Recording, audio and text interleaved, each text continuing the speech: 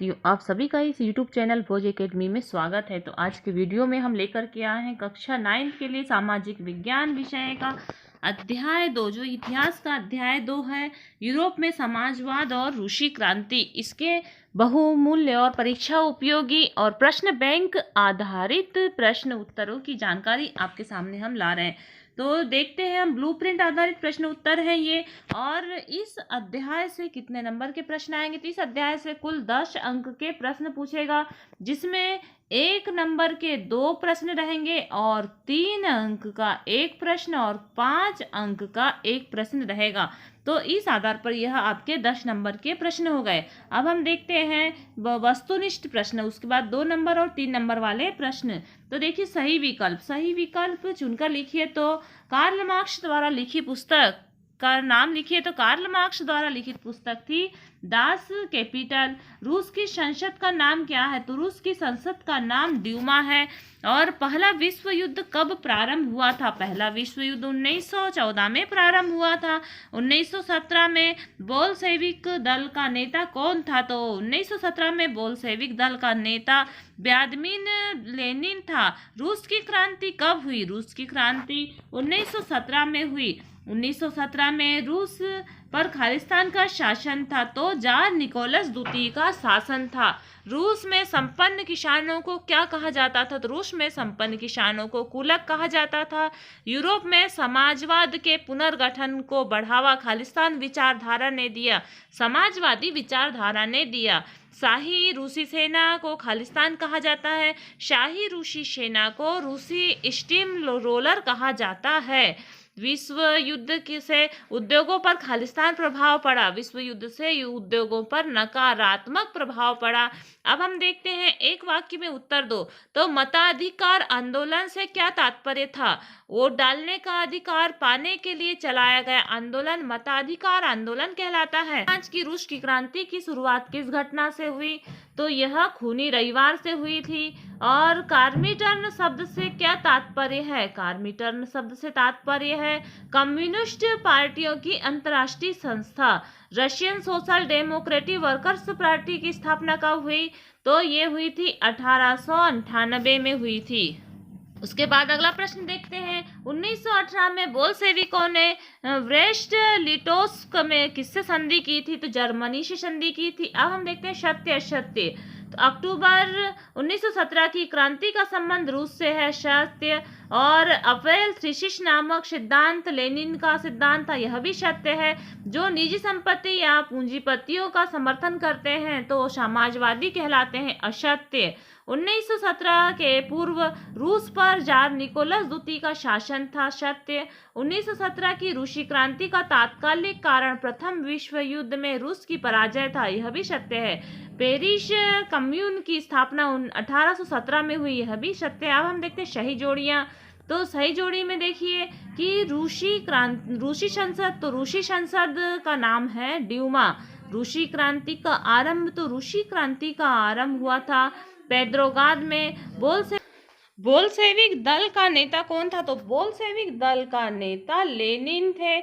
उसके बाद देखिए, जार की महारानी का सलाहकार सन्यासी कौन था? तो जार की महारानी का सलाहकार सन्यासी श्री रासपुतिन था। और रूस का शासन, तो रूस का शासक जार निकोलस द्वितीय थे। इसके बाद हम देखते हैं बहुविकल्पी प्रश्न और 3 अंक वाले प्रश्न। तो देखिए, कुलक शब्द को परिभाषित कीजिए।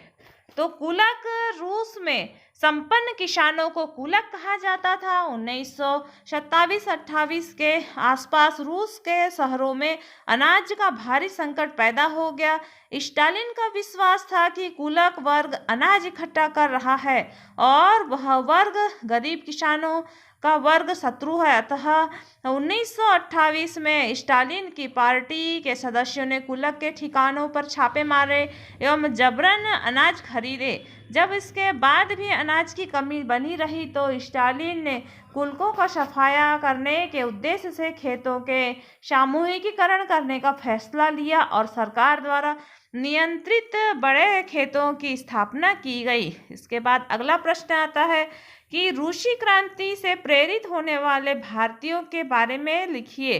तो रूसी क्रांति से प्रेरित होने वालों में बहुत सारे भारतीय भी थे। कई भारतीयों ने रूस के कम्युनिस्ट विश्वविद्यालयों में शिक्षा प्राप्त की और कई महत्वपूर्ण भारतीय राजनयिक एवं सांस्कृतिक व्यक्तियों जैसे जवाहरलाल नेहरू, रविंद्रनाथ टैगोर आदि ने सोवियत प्रयोग में दिलचस्पी ली और वहां का दौरा किया और उन्होंने सोवियत समाजवाद के बारे में भी लिखा।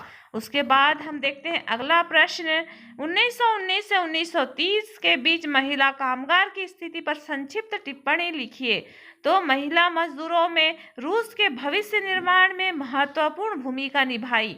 महिला कामगार 1914 तक कुल कारखाना शक्ति का 31% भाग बन चुकी थी, किंतु उन्हें पुरुषों की अपेक्षा कम मजदूरी दिया कर जाता था और महिला कामगारों को कारखाने में काम के अतिरिक्त परिवार और बच्चों की देखभाल भी करनी पड़ती थी और वे देश के सभी मामलों में सक्रिय थे। और भामा वासिलेवा जो कि मिलिंग मशीन ऑपरेटर थी ने अलग अकेले ही एक सफल हड़ताल को अंजाम दिया और माफा के समर्थन में न केवल महिला बल्कि पुरुषों ने भी औजार जमीन पर डाल दिए थे। इस प्रकार महिलाओं के बारे में जानकारी हुई और 1919 से 1930 के महिला कामगारों की स्थिति का पता चला। अब हम अगला प्रश्न देखते हैं, स्टालिन के सामूहिक कार्यक्रम को समझाइए।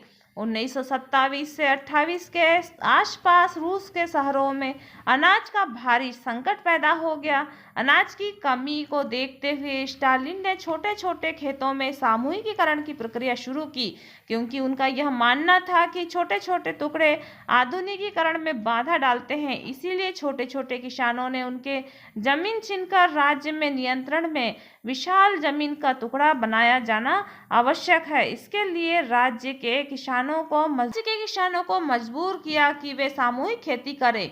सामूहिक खेती के लिए बड़ी भूमि अर्जित करना ही स्टालिन का सामूहिकीकरण कार्यक्रम था।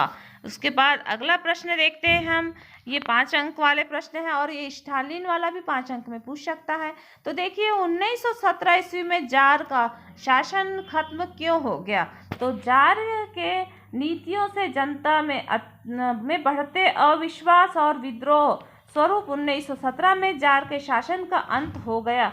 उसके निम्नलिखित कारण थे। जार निकोलस द्वितीय द्वारा अपनी सत्ता के विरुद्ध उसे सवालों को नियंत्रण करने, राजनीतिक गतिविधियों पर रोक लगा दी गई और मतदान के नियम बदल डाले गए। इससे लोगों में असंतोष पैदा हो गया। प्रथम विश्व युद्ध के प्रारंभ से रूसी जनता जार के साथ भी, परंतु जार द्वारा ड्यूमा के प्रमुख दलों से सलाह लेने के इनकार के कारण उसने रूसी जनता का समर्थन खो दिया। जार निकोलस की पत्नी महारानी जरीना के जर्मन मूल का होने और उसके रासपुतीन जैसे सलाहकारों ने राजशाही को अलोकप्रिय बना दिया। प्रथम विश्व युद्ध में जर्मनी के व ऑस्ट्रिया से पराजय हो चुकी उसके पीछे हटती रूसी सेनाओं ने फसलों और इमारतों को नष्ट कर दिया।